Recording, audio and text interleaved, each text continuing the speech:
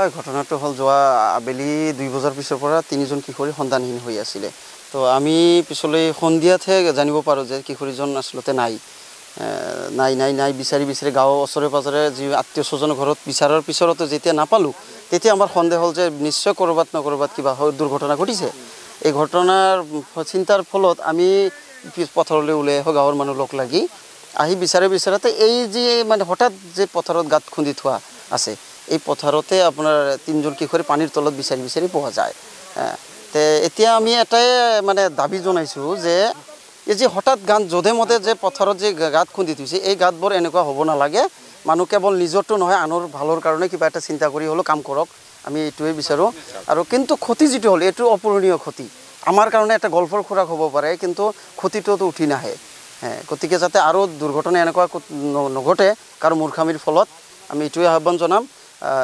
একেটা ফেমিলি 3জন কিশোৰীৰ মৃত্যু আজি, এয়া জানো অভাৱনীয় এটা কাণ্ড আৰু মানি ল'ব নোৱাৰা মানে কীৰ্তিকাণ্ড। তো খুব দুখ প্ৰকাশ কৰিছোঁ।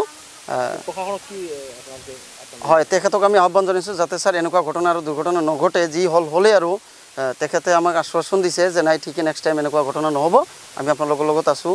বা ৰাইজেও এতিয়াও দাবী উত্থাপন কৰিছে যাতে এনেকুৱা ঘটনা নহয়। আৰু তেতিয়া প্ৰশাসনে ডেড বডি 3টা লৈ গৈছে, এতিয়া লৈ দিয়া নাই, পষ্টমৰ্টম হোৱাৰ পিছত দিব।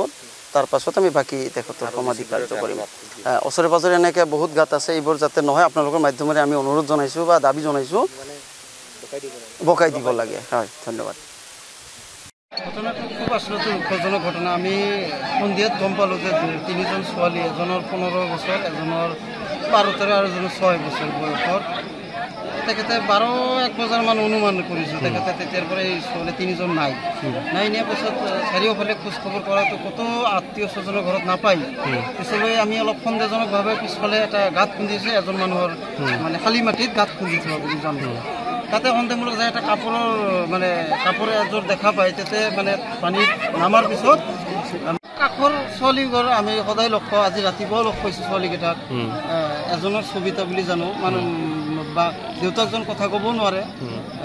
মানে আচলতে মই নিজেও ভাষাহীন, কি ভাষাৰে ক'ম আৰু। খুবেই দুঃখজনক ঘটনা। মই ভাবোঁ এক প্ৰকাৰ এইটো মাৰ্ডাৰ। চালি মাটিত মানে গাঁত খুন্দি থোৱাৰ পিছত সিহঁতে কোনো ধৰণৰ বেৰা বা কোনো ধৰণৰ ব্যৱস্থা দিয়া নাই, চিনাক্তকৰণ কৰা নাই যে এইটো ইয়াতে এটা গাঁত আছে বুলি। তো ইয়াৰ উচিত তদন্তৰ বিচাৰ আমি দাবী কৰিম সময়ত।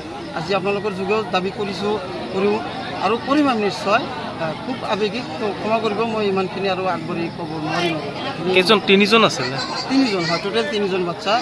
একেটা ফেমিলিৰে 2টা, আৰু এটা ফেমিলিৰ হয় মানে মামাৰ ছোৱালী 2টা, পেহীৰ ছোৱালী 1টা, টোটেল 3জন ছোৱালী। 3জন কিমান বয়সৰ হ'ব? এজনৰ বয়স 15, এজনৰ অনুমান 9-10 আৰু এজনৰ 6 বছৰ। মানে আজি কেতিয়া পালে তেওঁলোকৰ মৃত্যু দেহ? জাষ্ট আমি 7টামান, অনুমান 7:30, 9 বজাত আমি ছোৱালীজনক গোটেইখিনি উদ্ধাৰ কৰিব পাৰোঁ। মানে বিচাৰি আছিলে পৰা হয়, বিচাৰি থাকোঁতে পানীৰ তলৰ পৰা 9 বজাতহে উদ্ধাৰ কৰিব পাৰোঁ। আৰক্ষী আহিছে? এতিয়া চাওঁ আৰক্ষী আমাক কি ব্যৱস্থা দিয়ে। ইয়াৰ কাৰণে যি হ'ল এইটোতো ঘূৰাই আমি নাপাওঁ, কিন্তু আগলৈ কি হ'ব যাতে এনেকুৱা ঘটনা পুনৰাই কাৰো লগত নঘটে, ইয়াৰ উচিত ব্যৱস্থাখন আমি বিচাৰিম আইনী